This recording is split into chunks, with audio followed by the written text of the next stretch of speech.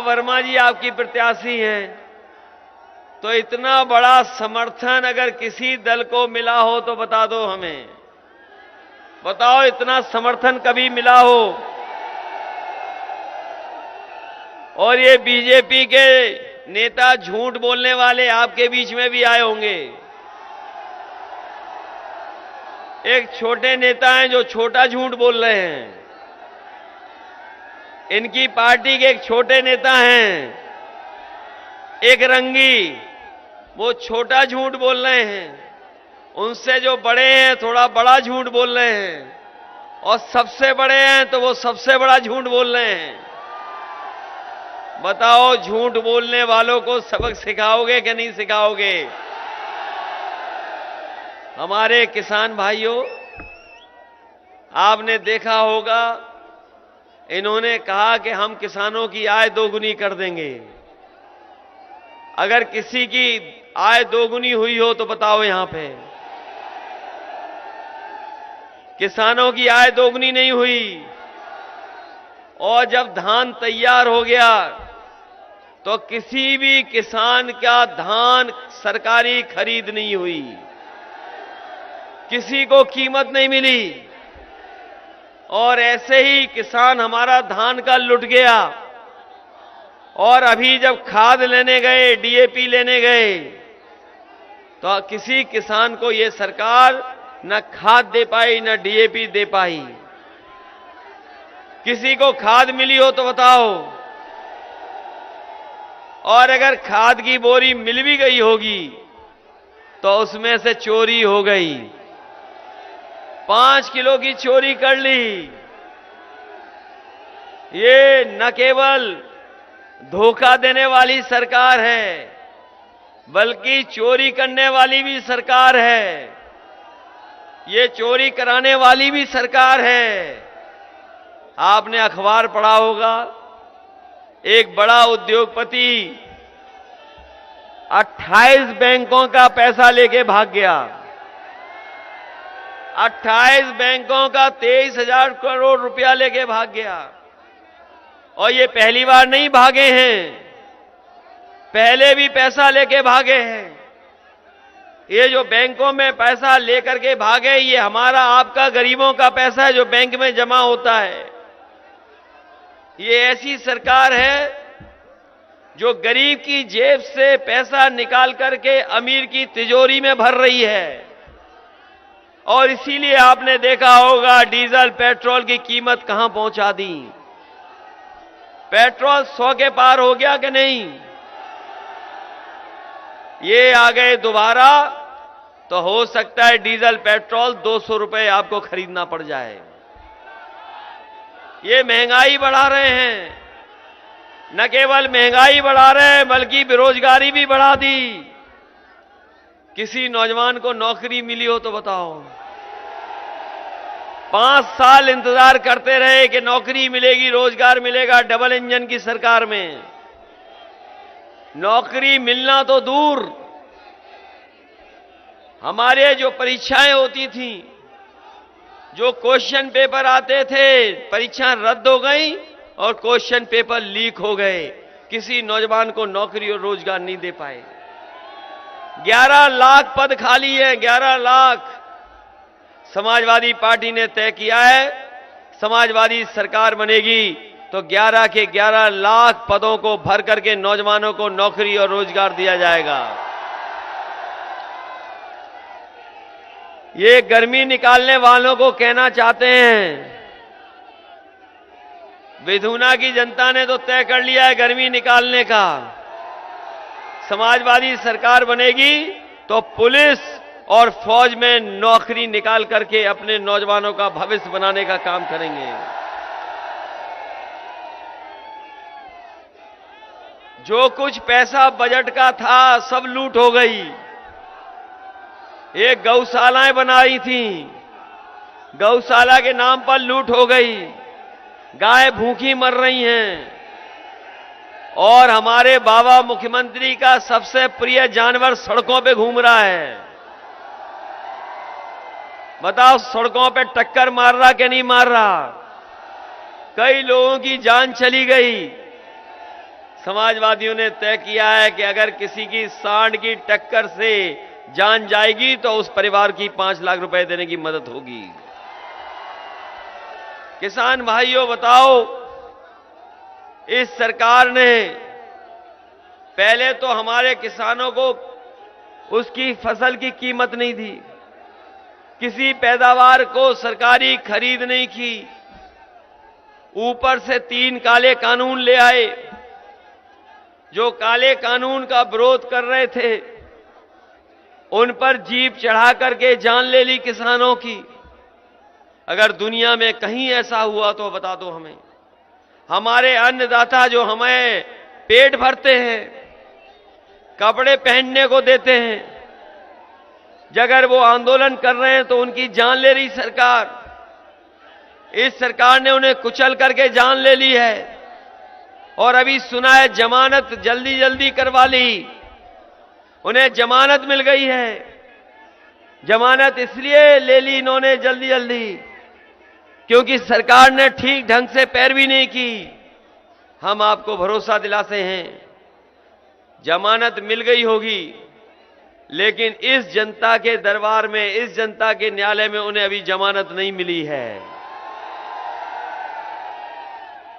यही जनता जब वोट डालेगी तो किसानों की जान लेने वाले भारतीय जनता पार्टी की जमानत जब्त कराने का काम ये जनता करेगी।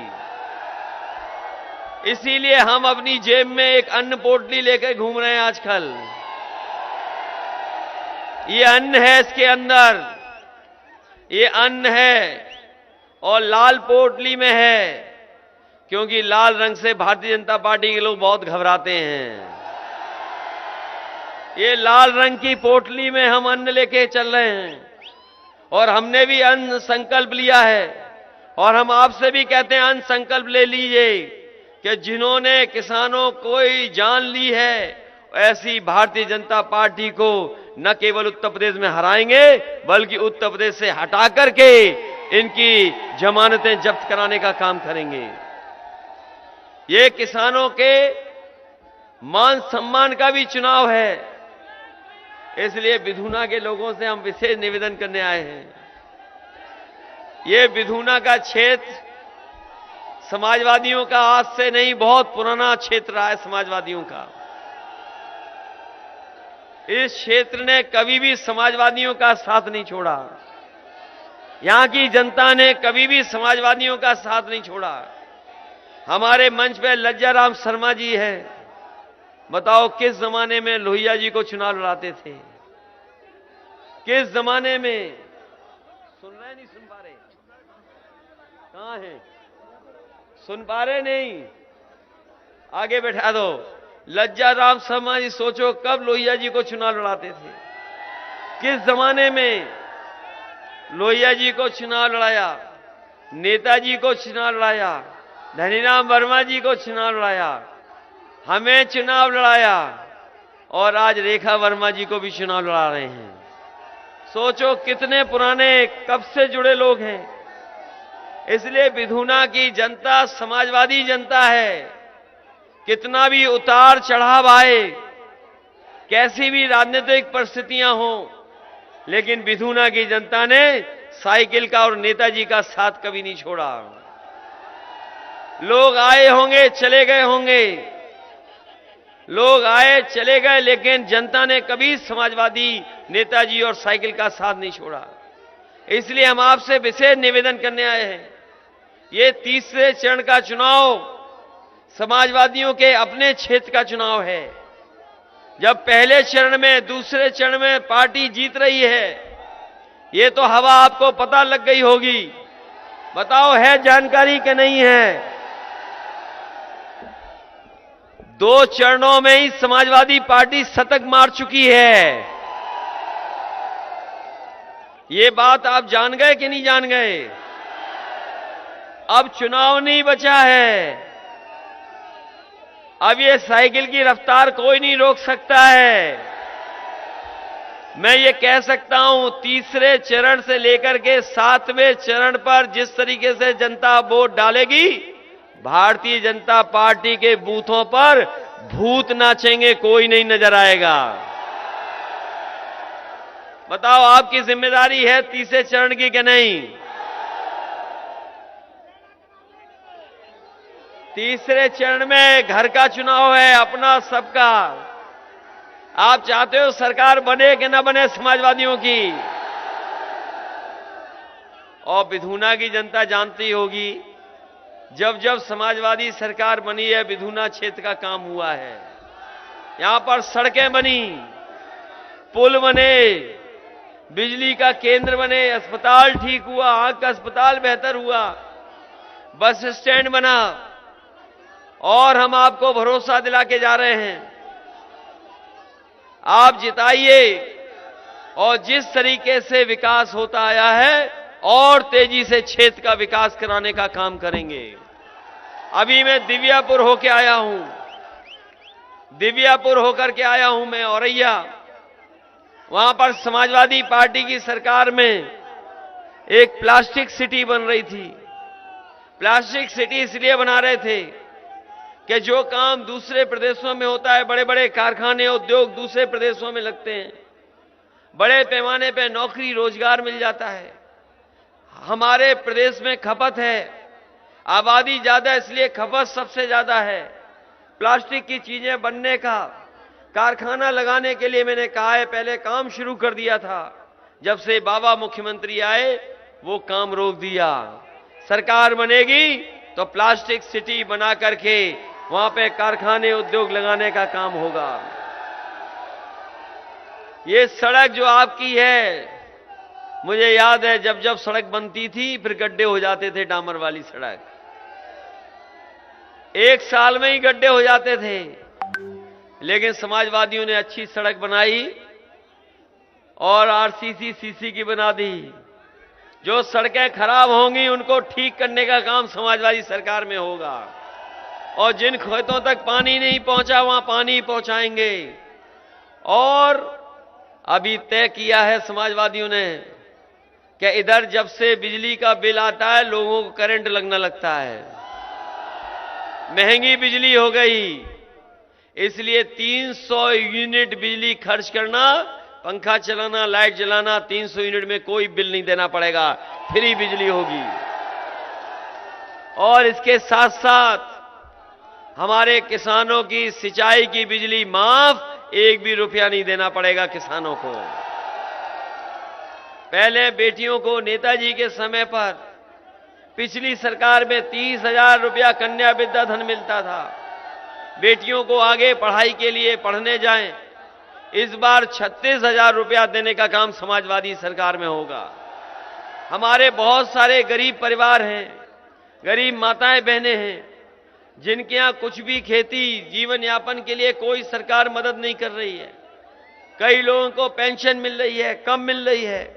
समाजवादी पार्टी ने तय किया है कि पहले 500 रुपए पेंशन थी, इस बार 3 गुना कर करके अपनी माताओं बहनों को 1500 रुपया महीना और साल के 18,000 रुपए देने का काम करेंगे। ये बाबा जी ने लखनऊ में बहुत लैपटॉप, टैबलेट और स्मार्टफोन बांट दिए हैं। बताओ विधुना के किसी को मिला हो? किसी को मिला?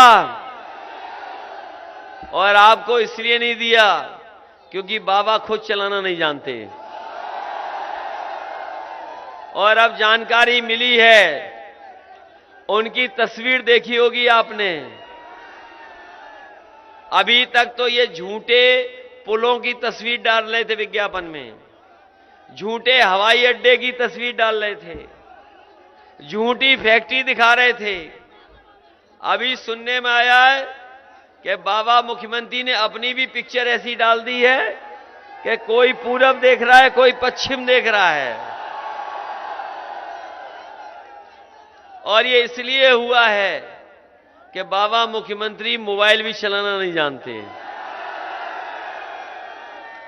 ये जो बाबा मुख्यमंत्री जो कह रहे गर्मी निकाल देंगे, इस बार उत्तर प्रदेश की जनता इनकी भाप निकाल देगी। और जो जन समर्थन मिल रहा है, जिस तरह से जनता समर्थन कर रही है, जिस तरीके से समाजवादी पार्टी से लोग जुड़ रहे हैं, जिस तरीके से बड़े बड़े नेता स्वामी प्रसाद मौर्य, दारा सिंह चौहान और न जाने कितने नेता पिछड़ी जाति के समाजवादी पार्टी में आ गए, देवेश भी आ गए, हमारे विनय साकी भी आ गए। ये लगातार समाजवादी पार्टी का परिवार बढ़ रहा है। और आप पता कर लेना, ये 69,000 वाले नौजवान, इनके साथ कितना भेदभाव हुआ है। समय समय पर ये अपमानित हुए, लाठी खाए, इनकी कोई सुनवाई नहीं हुई। समाजवादी पार्टी ने तय किया है कि 69,000 नौजवानों के साथ जो आरक्षण में इनके साथ भेदभाव हुआ है, उस भेदभाव को खत्म कर करके इनके साथ न्याय करने का काम समाजवादी लोग करेंगे। इसी तरह बीएड टेट वाले लोग, जिन पिछले जाने कितने दिनों से आंदोलन कर रहे हैं, उनको भी समायोजित करने का काम समाजवादी लोग करेंगे। हमारे शिक्षा मित्र हैं, उनके लिए भी मदद करने का फैसला लिया है। और मैंने पहले भी कहा और फिर कहता हूं, फौज में, पुलिस में भर्ती और 11 लाख पद खाली हैं, उनको नौकरी नौजवानों को देने का काम समाजवादी लोग करेंगे। इधर हमारे बाबा मुख्यमंत्री कह रहे हैं कि बुलडोजर चलाएंगे। इधर ये बाबा मुख्यमंत्री कह रहे हैं बुलडोजर चलाएंगे, बुलडोजर। इनका बुलडोजर 10 मार्च को छिन जाएगा।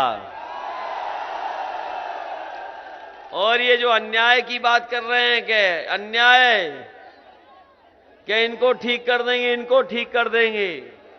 कम से कम बाबा मुख्यमंत्री को पहले जो क्रिकेट खेल रहे हैं माफिया, उनको ठीक करके दिखाओ।